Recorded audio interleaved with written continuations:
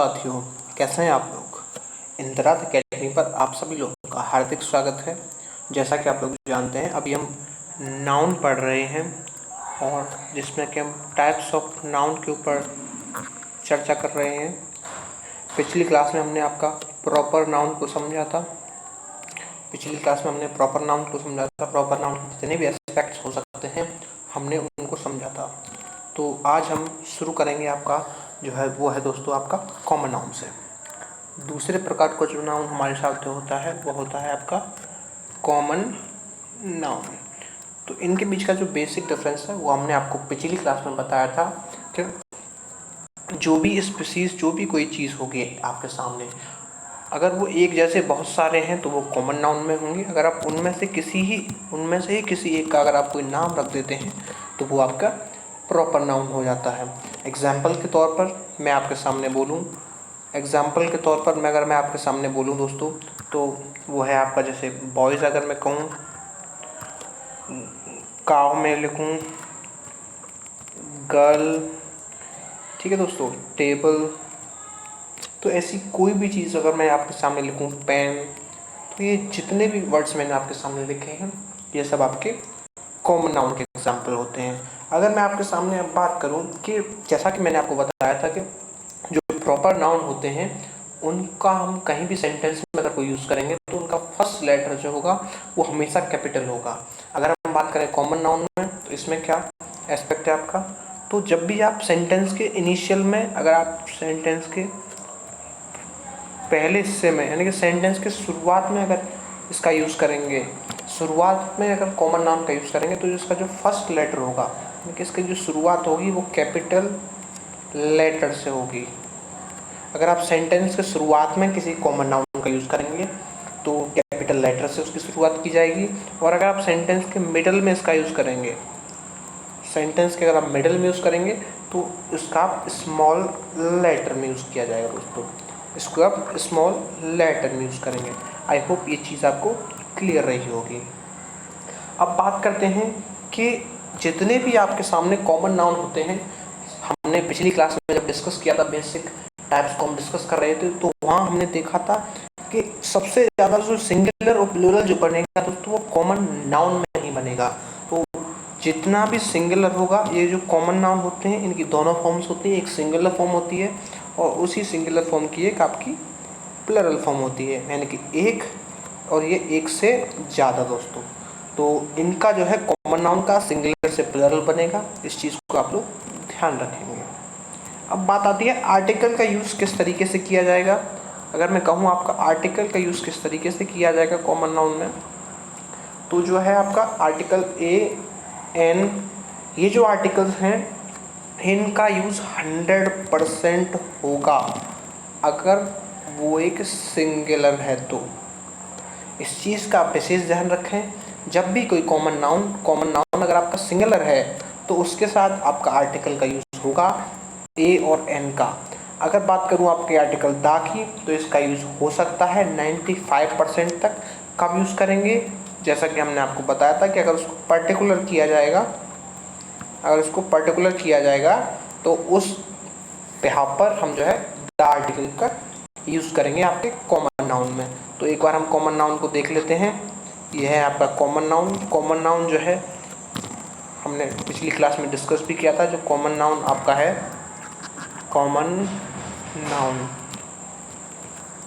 Noun जो है जैसे बॉयज़, काव, गर्ल, मतलब जो एक जैसी चीज़ें हैं, अगर आपने उनका कोई स्पेसिफिक नाम नहीं रखा है तो वो कॉमन नाउन होते हैं। जैसे बॉय, काव, गर्ल, टेबल, मैंने यहाँ पे आपके सामने ये लिखे हैं। और बात करूँ कि सेंटेंस के अगर फर्स्ट में कॉमन नाउन का यूज़ होगा तो उसकी जो शुरुआत है वो कैपिटल लेटर से होगी। अगर मिडल में यूज़ होगा तो वो स्मॉल लेटर से उसकी शुरुआत की जाएगी। सिंगुलर और प्लरल सबसे ज़्यादा जो अवेलेबिलिटी होती है वो आपके कॉमन नाउन में ही होती है। तो सिंगुलर से आप प्लरल बनाएंगे। आर्टिकल का यूज़ 100% किया जाएगा। अगर आपका जो कॉमन नाउन है वो अगर सिंगुलर है तो। ठीक है दोस्तों, दा का यूज़ तब होगा जब आप उसको पर्टिकुलर नाउन बनाएंगे। तो यहाँ आपका जो है कॉमन नाउन हमने समझ लिया है। तो अब हम आगे बढ़ते हैं दोस्तों। अब हम आगे बढ़ते हैं आपके मटेरियल नाउन पे। मटेरियल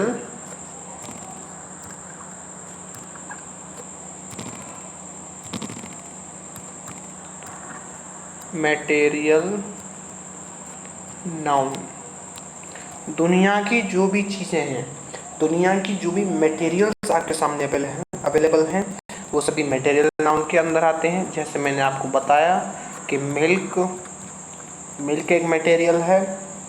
मैं अगर आपसे कहूँ सीमेंट एक मटेरियल है। मैं आपसे कहूँ आयरन एक मटेरियल है। कॉपर एक मटेरियल है। तो ये मटेरियल होते हैं। एक चीज़ आप ध्यान रखें, मटेरियल को गिना नहीं जा सकता है, इसीलिए जो मटेरियल होता है आपका, वो आपका अनकाउंटेबल नाउन होता है। मटेरियल अनकाउंटेबल नाउन होता है। हमने पिछली क्लास में इसको डिस्कस किया था कि अगर अनकाउंटेबल नाउन है तो उसके साथ जो है आपका वर्ब जो है दोस्तों, वो हमेशा वर्ब है, वो आपका सिंगुलर यूज़ होगा। अनकाउंटेबल नाउन के साथ हमेशा सिंगुलर वर्ब यूज़ होता है। अगर ये वर्ब सिंगुलर यूज़ होगा तो इसके साथ आप आर्टिकल ए और एन का यूज़ कतई नहीं करेंगे। इसके साथ आपका जो है आर्टिकल का यूज़ ए और एन का नहीं होगा, बल्कि आर्टिकल दा का यूज़ किया जा सकता है अगर हम उसे पर्टिकुलर बनाएंगे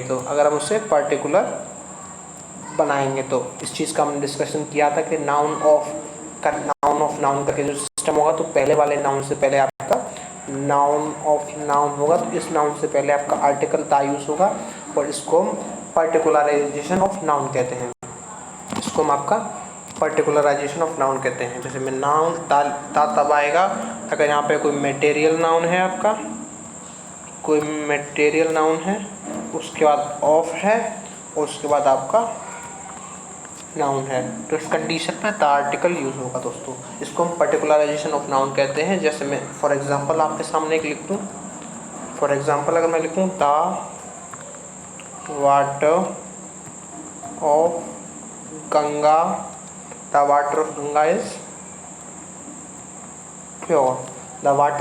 इज़ प्योर, तो इस केस में आप देख सकते हैं जो वाटर है आपका वो एक मटेरियल नाउन है। यहाँ हमने एक जो है आपका ऑफ का यूज़ किया और ये एक नाउन है, तो इस कंडीशन में इसको पर्टिकुलराइजेशन किया गया है, तो यहाँ पर एक आर्टिकल दा का यूज़ होगा दोस्तों। तो आई होप ये चीज़ आपको यहाँ पर क्लियर रही होगी। अब मैंने आपको बताया कि जितने भी मटेरियल नाउन होते हैं वो सभी आपके अनकाउंटेबल नाउन होते हैं और वो सभी आपके सिंगुलर यूज़ होते हैं। इस चीज़ का आप लोग विशेष ध्यान रखें। लेकिन यहाँ पर एक नोट डाल के एक चीज़ और लिख लें कि एक वर्ड होता है मटेरियल नाउन का ड्रैक्स, ड्रैक्स एक मटेरियल नाउन है जिसका मतलब होता है आपका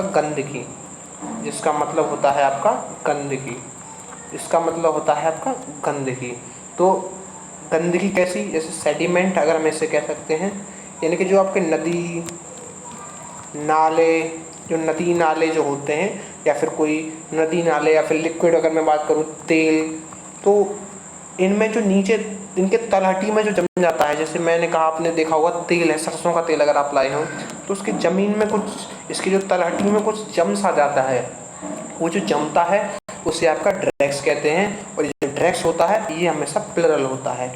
ये वर्ड जो ड्रैक्स है ये प्लरल होता है। इसके साथ जो वर्ब यूज़ होगा वो आपका प्लरल वर्ब यूज़ होगा। तो फॉर एन एग्जांपल मैं आपके सामने लिखूँ the drags of the river carried by its stream। जो ड्रैग्स है रिवर में, जो सेडिमेंट्स होते हैं वो उसकी जो धारा है, स्ट्रीम उसके साथ बह रहे हैं, उसके साथ बहते हैं। तो इसमें अगर मैं वर्ब का यूज़ करूँ तो ये सब्जेक्ट है आपका, तो इसके साथ जो वर्ब होगा वो आर यूज़ होगा और ये एक प्लरल नाउन है, प्लरल मटेरियल नाउन है। ठीक है दोस्तों, ये क्वेश्चन पूछ लिया जाता है अक्सर एग्जाम्स में, तो आई होप आप इस चीज़ का विशेष ध्यान रखेंगे। देखिए एक चीज़ यहाँ पर मैं बताना चाहूँगा कि जो मटेरियल नाउन आपके होते हैं, जो आपके मटेरियल नाउन होते हैं, इनको आप एडजेक्टिव में कन्वर्ट कर सकते हैं। मटेरियल नाउन का आप एडजेक्टिव बना सकते हैं। वो कैसे बना सकते हैं? फॉर एग्जांपल मैं आपके सामने एक मटेरियल नाउन लिखूं, गोल्ड। मटेरियल नाउन है गोल्ड। गोल्ड एक मटेरियल नाउन है, तो इसको एडजेक्टिव कैसे बनाया जा सकता है कि अगर आप मटेरियल नाउन के तुरंत बाद एक नाउन का यूज़ कर देंगे तो इस कंडीशन में जो मटेरियल नाउन आपका होगा ये एज अ एडजेक्टिव वर्क करेगा, एज अ एडजेक्टिव वर्क करेगा और इस नाउन की ये विशेषता बतलाएगा, इसकी क्वालिटी बतलाएगा। तो फॉर एग्जांपल मैं अगर लिखूँ यहाँ पर गोल्ड चेन, गोल्ड चेन, तो ये चेन मैंने वर्ड लिखा है ये आपका नाउन है। और ये गोल्ड कैसी, चेन कैसी है? सोने की। चेन कैसी है? सोने की। तो ये जो वर्ड गोल्ड जो मटेरियल नाउन हमने यहाँ पर यूज़ किया है, तो एज अ क्वालिटी हमने यूज़ किया है, एज अ क्वालिटी हमने यूज़ किया है, तो ये एज अ एडजेक्टिव हमारे यहाँ पर वर्क करेगा। जैसे मैं एक और सेंटेंस आपके सामने लिख दूँ, मिल्क प्रोडक्ट। मिल्क प्रोडक्ट, ये जो आपका प्रोडक्ट है, ये जो आपका प्रोडक्ट वर्ड है, ये आपका नाउन है। ये एक मटेरियल नाउन होता है, लेकिन हमने यहाँ पर ये जो प्रोडक्ट है, जैसे आपने देखा होगा ना पाउडर जो आता है, या फिर पनीर की मैं बात करूँ, पनीर पाउडर जो होता है आपका, जो भी चीज़ें दूध से बनी होती हैं उन्हें मिल्क प्रोडक्ट कहते हैं। जो सेंटेंस में है, जो मिल्क वर्ड यहाँ पर हमने मटेरियल नाउन यूज़ किया है, वो एक एडजेक्टिव की तरह काम करेगा। तो आई होप ये चीज़ आपको क्लियर रही होगी। तो अब हम अगले नाउन पर आते हैं। अगला नाउन जो है आपका हमारा, वो है आपका अगला नाउन, अगर मैं बात करूँ, चौथा नाउन जो है वो है आपका abstract noun. Abstract noun, abstract noun मैंने आपको बताया था कि एब्स्ट्रैक्ट नाउन जो होता है, ये नाउन होते हैं इनविजिबल। ये नाउन होते हैं आपके इनविजिबल, ये आपको दिखते नहीं हैं। इसे आप इंटेंजिबल भी कह सकते हैं, इंटेंजिबल। इंटेंजिबल का मतलब होता है अमूर्त, इंटेंजिबल का मतलब होता है अमूर्त या फिर आपका निराकार, जिसका कोई आकार ना हो। अनटेंजिबल का मतलब होता है अमूर्त या फिर जिसका कोई आकार ना हो। मोस्टली जो आपके एब्स्ट्रैक्ट नाउन होते हैं, ये होते हैं आपकी फीलिंग्स, ये होते हैं आपकी फीलिंग्स। फॉर एग्जांपल मैं अगर आपके सामने लिखूं, एग्जांपल मैं आपके सामने लिखूं, मैं कहूँ लव, हेट, ऑनेस्टी, एंगर, तो ये एंगर, तो ये जो नाउन है आपके सामने, प्यार, गुस्सा, नफ़रत, ईमानदारी, तो ये जो नाउन है दोस्तों, ये आपके नाउन है बट आप इनको देख नहीं सकते, इनका कोई फिजिकल रूप नहीं होता है। तो ये जो नाउन है इन्हें कि आप फील कर सकते हैं, फील कर सकते हैं, फील करके ही सामने वाले को आप बता सकते हैं। तो इस कंडीशन में आप ध्यान रखें कि जो नाउन होते हैं ये इनविजिबल होते हैं और अमूर्त होते हैं और ये सिंगुलर भी होते हैं। ये नाउन जो है आपके, वो है आपके सिंगुलर होते हैं। तो एब्स्ट्रैक्ट नाउन जो है हमेशा सिंगुलर नाउन होंगे, सिंगुलर होंगे क्योंकि यहाँ पे आप गिन नहीं सकते, क्योंकि इन्हें आप गिन नहीं सकते, यानी कि ये अनकाउंटेबल नाउन होते हैं। ये सिंगुलर नाउन होते हैं क्योंकि अनकाउंटेबल होते हैं। मैंने आपको बताया था कि जितने भी अनकाउंटेबल नाउन होते हैं वो हमेशा सिंगुलर होते हैं। जब सिंगुलर होंगे तो इनके साथ जो वर्ब है वो भी आप सिंगुलर यूज़ करेंगे। और आर्टिकल का आप मैंने बता ही चुके हैं कि आर्टिकल ए और एन का यूज़ कतई नहीं होगा, आर्टिकल ए और एन का यूज़ कतई नहीं होगा, बल्कि आर्टिकल दा का यूज़ किया जा सकता है। आर्टिकल दा का यूज़ किया जा सकता है कब? जब उसे पर्टिकुलराइजेशन किया जाए, जब उसे पर्टिकुलर बनाया जाए। आर्टिकल दा का यूज़ किया जा सकता है जब उसे पर्टिकुलर बनाया जाए। पर्टिकुलर कैसे बनाते हैं ये हमने भी डिस्कस कर चुके हैं, ठीक है साथियों। तो ये चौथा जो है आपका काइंड ऑफ नाउन हमने डिस्कस कर चुके हैं। अब हम बात करेंगे पांचवें और आखिरी जो नाउन है उसके काइंड की, और ये सबसे इम्पोर्टेंट एस्पेक्ट रहेगा। तो मैं उम्मीद करता हूँ आप इसको थोड़ा समझ के चलेंगे, बिकॉज ये बहुत ही ऐसे क्वेश्चंस बनते हैं और ये थोड़ा समझने लायक भी है, क्योंकि मैं इस पर थोड़ा समझाने पे गौर देता हूँ। मैं नहीं चाहता कि आप चीज़ों को याद करें। देखिए पांचवा नाउन जो है आपका, वो है आपका कलेक्टिव नाउन। ये होता है आपका कलेक्टिव नाउन। बहुत सारी चीज़ें अगर आपके सामने हो, उनको आप कलेक्शन करके उसका कोई एक नाम दे दें, उस कलेक्शन का आप एक कोई नाम दे दें, तो उस कंडीशन में ये ध्यान रखें, उसे हम कलेक्टिव नाउन कहते हैं। उसको हम आपका कलेक्टिव नाउन कहते हैं।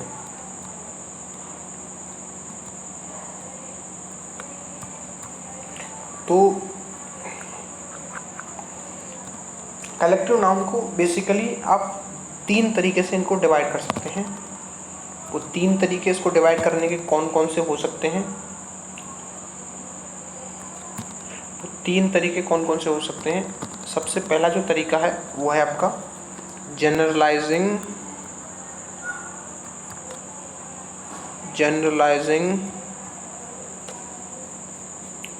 Collective noun. Generalising collective noun. दूसरा होगा आपका ग्रुप कलेक्टिव नाउन। जो तीसरा होगा आपका वो होगा आपका डिस्ट्रीब्यूटिव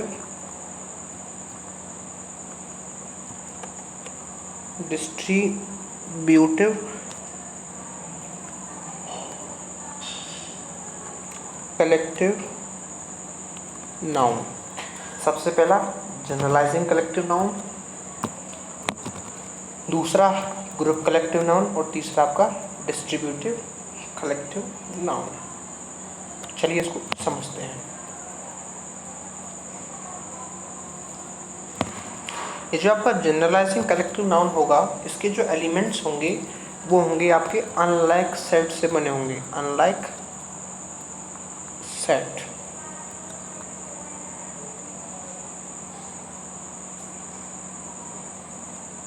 ठीक है साथियों, इसके जो आपके एलिमेंट्स होंगे वो अनलाइक सेट से बने होंगे। तो